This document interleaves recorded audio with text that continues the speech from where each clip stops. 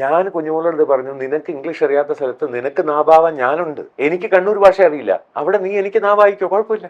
എന്റെ അടുത്ത് പറഞ്ഞ എന്താ പറയാ, ഞാൻ പറഞ്ഞു അത് മീൻസ് അതായിട്ട് എന്റെ അടുത്ത് പറഞ്ഞു, ഇങ്ങനെ എന്നോട് ഇങ്ങനെ പറഞ്ഞു, എന്റെ അടുത്ത് പറഞ്ഞു എനിക്ക് അവള് ഇംഗ്ലീഷ് അറിയില്ല. ഞാൻ പറഞ്ഞു ഞാൻ നല്ലത്, ഇംഗ്ലീഷ് നല്ലൊരു കുട്ടിയാണ്, നല്ല സ്വഭാവമാണ്, നല്ല ഭംഗിയുണ്ട്, നല്ല കുട്ടി തന്നെയാണ്. പക്ഷെ ക്രിസിന് കുറച്ചും കൂടി വിദ്യാഭ്യാസം ഇല്ല ആരെങ്കിലും നോക്കിയാൽ പോരുന്നു. ക്രിസ് ഉണ്ടായിരുന്ന സമയത്ത് ഇവരൊക്കെ എവിടെ പോയി ചോദിക്കുന്നത്. ഈ കല്യാണത്തിന് മുന്നേ ഈ പറഞ്ഞവരൊക്കെ എവിടെ പോയി? ലൈഫ് അറിയുന്നവരാ. പിന്നെ എല്ലാം തികഞ്ഞ അങ്ങനെ വിദ്യാഭ്യാസവും സൗന്ദര്യവും സ്റ്റാറ്റസും ഒക്കെ തികഞ്ഞ ഒരാളെ എന്താ കൊണ്ടേ കൊടുക്കാതിരുന്നത്?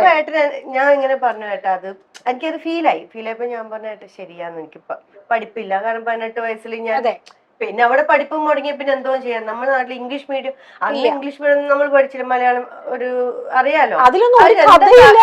എന്നിട്ട് ഞാൻ ഇങ്ങനെ പറഞ്ഞപ്പോഴായിട്ട് പറഞ്ഞ ഒരേ ഒരു വാക്ക്, മലയാളം അറിയില്ലേ? ഞമ്മള് മലയാളം അറിയാം, അതിനെ കണ്ണൂരാണ് സംസാരിക്കുമ്പോ അതിനെ ചിലവർക്ക് മനസ്സിലാവില്ല. അപ്പൊ പറഞ്ഞു, നിനക്ക് സ്നേഹിക്കാൻ പറ്റൂലേ, നിനക്ക് നല്ലൊരു ഭാര്യയാവാൻ പറ്റൂലേ? അപ്പൊ ഞാൻ പറഞ്ഞത് ഒരേ ഒരു വാക്ക്, എനിക്ക് ഭാര്യയാവാൻ പറ്റും, എനിക്ക് സ്നേഹം തരാൻ പറ്റും, ഇതെനിക്ക് തരാൻ പറ്റും. അതിൽ കൂടുതൽ ഞാൻ ഒന്നും ചോദിച്ചിട്ടില്ല.